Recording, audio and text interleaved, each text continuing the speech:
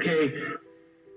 Thank you for that. I appreciate that. And like I said earlier, Anna Marie and I were so encouraged with our visit with you guys, and we look forward to our continuing partnership on the personal level, partnership in the gospel, really around the world.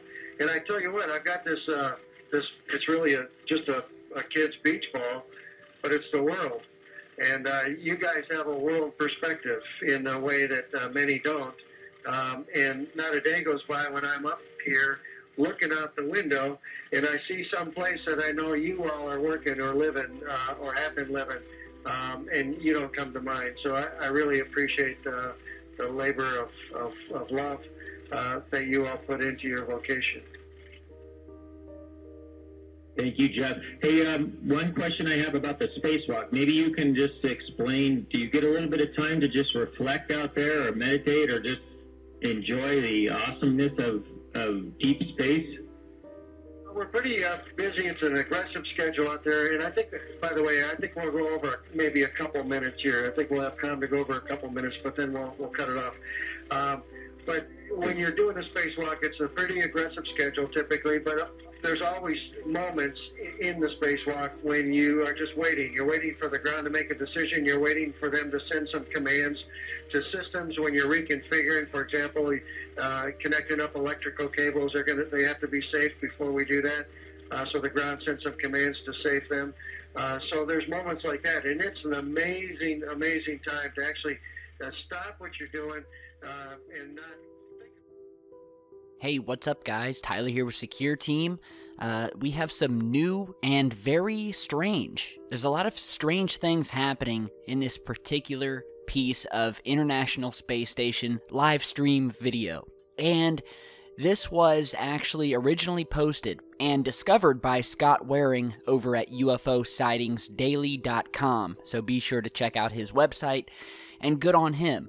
This was actually recorded, and you can go back and view these, on July 19th, 2016. And this was actually taken the day before the Dragon module was due to deliver cargo. So this has nothing to do with the Dragon module. And as you'll hear, which is also, this is very strange, you're hearing the astronaut speaking about God as these UFOs appear, which is kind of strange. I mean, it's not strange to understand that there are astronauts who may be religious, although I would think that it would be very uncommon due to the amount of training and scientific knowledge and basis that goes into becoming an astronaut. So it was a little strange to hear him speaking about the Bible. You hear him talking about the gospel, and his tone of voice, I noticed while he was talking about these things. I mean, you guys tell me if I'm wrong, but it seemed like I heard a little twinge of fear in his voice. Because again, it's very strange. I've never heard astronauts speaking live with ground control about religion, about God, about the Gospels. And, you know, when you start to hear science-educated men begin talking about the Gospels, you wonder if maybe they know something that we don't. But that's beside the point. Could be something, could be nothing. The strangeness starts, as you're seeing and as you saw, when we see a couple objects begin to appear over the Earth. The spacecraft is going around the backside of the Earth into the dark. So they're heading away from the sun. And we see this object begin to appear, and it appears almost as if the sunlight is catching it momentarily, illuminating it, and as the spacecraft heads behind the Earth and out of the view of the sun, the craft begins to disappear. And this UFO has some strange characteristics to it, because even when the ISS seems to be, at least in relation to where the UFO is, out of view of the sun, we see this almost sort of blue afterburn that appears on the UFO. At least that's what I would describe it as. I'm not saying that that's what it is. But nonetheless, it seems to almost glow in the dark once the object is out of view of the sun. And, of course, and I know before many of you post comments saying, "No, Tyler, you're crazy. This was just a lens flare. Happens all the time." That may very well be true. This could have been a lens flare, and they do happen. But usually they happen when you're at certain angles, especially when you're in full view of the sun, and you tend to have a lot of them when they appear. Whereas here, we just have this one unidentified object. We don't see any other flares. We don't see any other distortions. And it's extremely smooth, the way it sort of fades out as the ISS is going behind the Earth. So the jury's out on whether this was a lens flare or a craft. It definitely has some strange characteristics. However, when I was reviewing this footage, something else caught my eye. Something that is without a doubt not a lens flare. And if you didn't catch it already, I will show you. I'll kind of loop back and forth, change speeds here.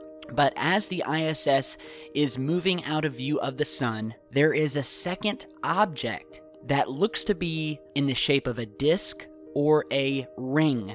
It looks like it has a metallic or at least a slightly shiny surface structure. And when the sun hits this thing momentarily, just as they're going out of view of the sun, you will see the sunlight reflect off of, again, what looks like a ring or a saucer sitting in the dark. And I know a lot of you eagle eyes out there may have already seen it, but we'll go ahead and zoom in right here and we'll circle it for you. But look as the ISS is moving out of view of the sun, and you see the sunlight reflect and kind of circle around this thing. That's why I said it kind of looks like a ring, because we don't see any reflection on anything in the middle. We only see a reflection sort of wrapping around the outside of this thing as the sun hits it. And this, in my opinion, is much more interesting than the glowing object, which does have characteristics of a possible lens flare. No, this object, which seems to be just sitting there in the darkness of space, and like any other normal hard object, only appears in the darkness of space when the sunlight reflects off of it, which is exactly what has happened right here. And look at this thing as we kind of go back and forth, as I rewind it and then fast forward, and you can see the sunlight reflecting off of this object that's sitting outside of the ISS. Now, we don't have a distance of where this thing is. This thing could be very far away, but large, or it could be much smaller, but closer to the ISS. We don't know, but what we do know, and as you're seeing here, it does have a ring shape to it, and the sun does reflect off of it before the object goes completely out of view of the sun and we no longer see it, and it disappears back into the darkness.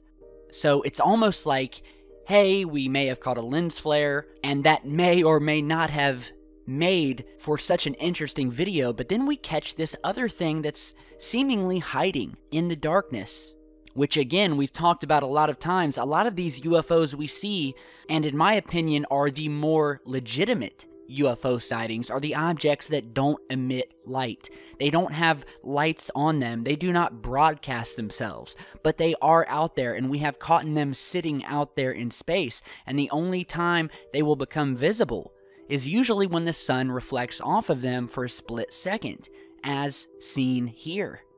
So I think we definitely have a bona fide object sitting out there. The sun reflects off of it. You can see the reflection of the sun sort of wrap around this ring-shaped UFO. And yeah, I think it's an awesome catch. Let me know what you guys think. Now, I know a lot of you out there may say, Tyler, you're crazy. There's no UFOs out there. Now, if you are saying that, chances are you're new to the channel and you haven't seen the mountain of evidence that I've posted via this channel over the years, especially that of International Space Station footage, but not only that, STS mission footage. And I'll show you some more clips proving to you that there are objects out there that are changing speed and direction of their own volition and are out there as we speak.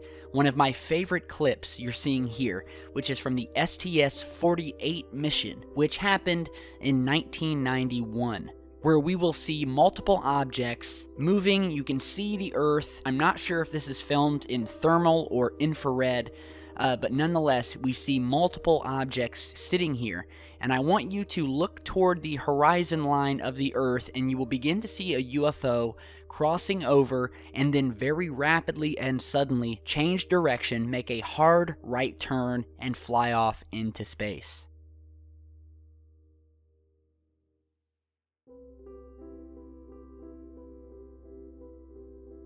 Now, let's rewind this and fast forward it a few times just to give you a little idea here, and I want you to pay attention to the other objects in this video that stand completely still when this one object turns, and there's actually a couple objects in the distance that seem to move with this object, that seem to also turn and fly away. I'm counting 2.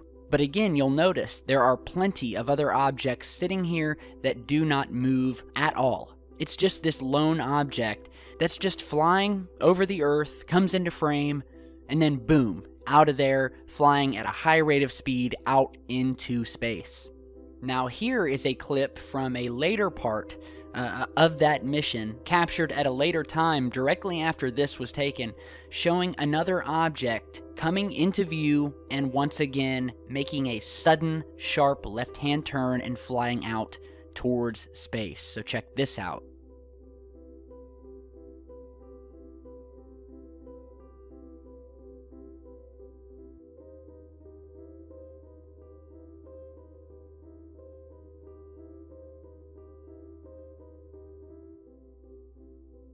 Once again, another sharp turn. Objects are moving, making turns, and they're gone. Now, I'm going to do you one better and show you an even more explosive piece of STS footage, this time captured in 2005 on the STS-114 mission, where you will see an object come into frame over the Earth. It flies over to the left of the screen, stops dead in its tracks, and begins to move backwards into its own footprint, back toward the right, and out of frame.